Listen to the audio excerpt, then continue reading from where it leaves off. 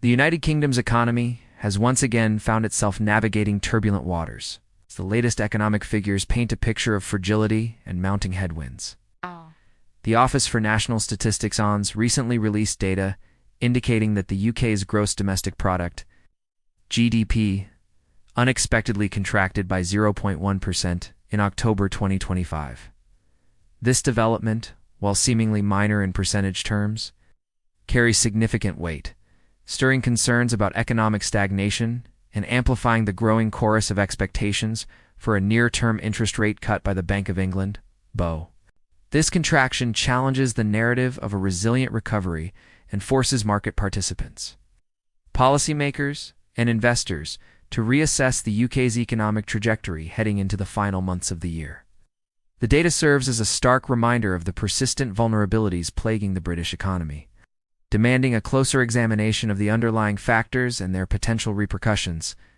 For monetary policy and financial markets, the macroeconomic landscape in the United Kingdom has been fraught with challenges for a considerable period. Persistent and elevated inflationary pressures have been a dominant theme, eroding the real incomes of households and putting a significant strain on consumer purchasing power. This environment of rising living costs, driven by energy price volatility, supply chain disruptions, and tight labor market conditions, has created a complex and difficult balancing act for the government and the central bank. The October GDP decline does not exist in a vacuum. Rather, it is a direct reflection of this challenging economic situation. It underscores the immense pressure the government is under to steer the economy through a period of low growth and high inflation, a phenomenon often referred to as stagflation. The data highlights the limited fiscal and monetary policy space available, as manamon to stimulate growth could risk exacerbating inflation, while measures to control inflation could further dampen economic activity. This precarious position makes every new data point, particularly a negative one like the October GDP figure, a critical piece of the puzzle for understanding the overall health and direction of the UK economy. The contraction serves as a clear signal that the path to a stable and sustainable recovery remains uncertain and is susceptible to a variety of domestic and global shocks.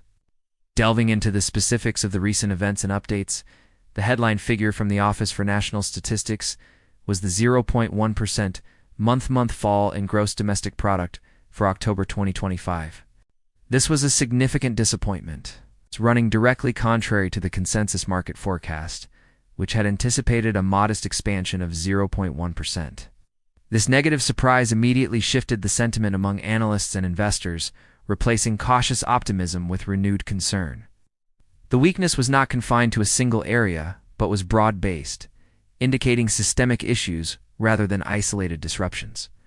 The services sector, which is the dominant engine of the UK economy, experienced an unexpected and sharp decline, signaling that consumer and business activity is faltering under the weight of economic pressures. Similarly, the construction sector also contracted, a worrying sign as construction output is often a leading indicator of broader economic health and investment appetite. Meanwhile, the manufacturing sector failed to deliver the anticipated recovery, with its output remaining sluggish. This was partly attributed to the lingering after effects of a significant cyberattack on Jaguar Land Rover in September, which had a pronounced negative impact on the automotive industry and, by extension, the wider manufacturing landscape. The troubling economic signals extend beyond the GDP figures. The cumulative impact of this stream of negative economic data has profound implications, particularly for monetary policy. The unexpected economic slowdown casts serious doubt on the Bank of England's own growth forecasts for the fourth quarter of 2025. If the economy is already contracting at the beginning of the quarter, achieving the previously projected growth will be an uphill battle. This reality significantly reinforces market expectations that the central bank will be compelled to change its course and consider cutting interest rates to support the flagging economy. The argument for maintaining a restrictive monetary policy stance to combat inflation is weakened when the economy is showing clear signs of contraction. As a result, the probability of a rate cut has surged.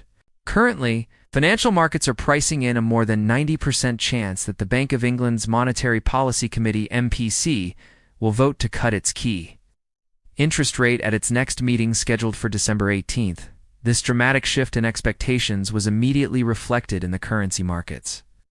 Immediately following the release of the GDP data, the British pound, sterling showed a discernible, albeit slight, decline against the US dollar. As currency traders adjusted their positions to account for the increased likelihood of a more dovish stance from the BOE and the resulting lower interest rate differential, one important and notable detail within the gloomy dataset offers a slight glimmer of hope, though it does little to alter the overall picture.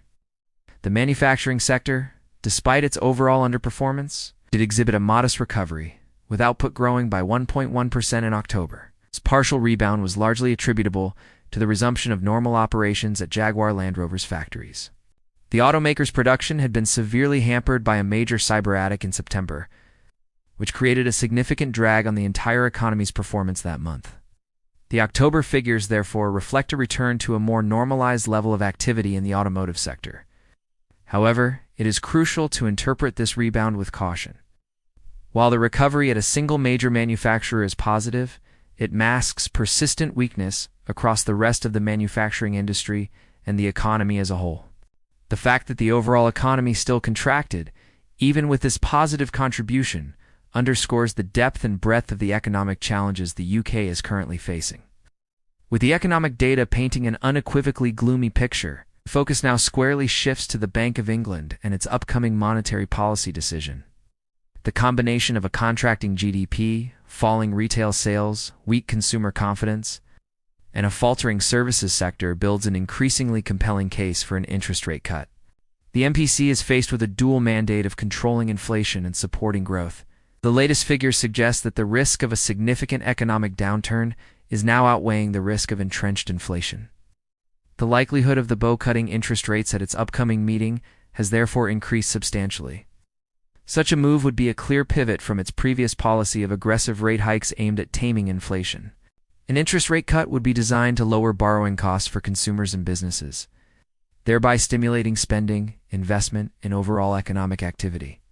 Investors and analysts will be dissecting every word from the Bank of England in the coming weeks, searching for any signals or forward guidance that could confirm this anticipated shift in monetary policy. In conclusion, the United Kingdom's economy is flashing clear warning signs, with the 0.1% GDP contraction in October serving as the most prominent indicator of an underlying malaise. This downturn, coupled with a host of other weak data points, reinforces the pervasive view that the economy is struggling to maintain momentum and that a pivot from the Bank of England is imminent.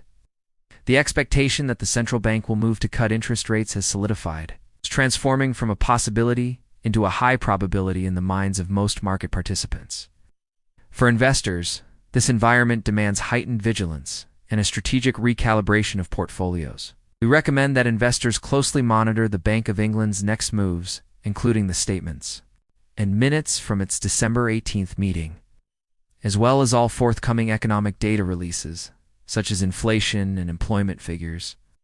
With the prospect of monetary policy easing on the horizon, assets that are sensitive to interest rates, such as government bonds, high-quality corporate debt, and certain dividend-paying stocks in defensive sectors, may receive increased attention and could outperform. However, it is imperative to balance this tactical positioning with a strategic awareness of the broader risks. The very reason for the potential rate cut is a significant economic slowdown. Therefore, the inherent risks associated with a weak or contracting economy, including lower corporate earnings and potential defaults, should not be underestimated. A carefully diversified and risk-managed approach remains the most prudent course of action in these uncertain times.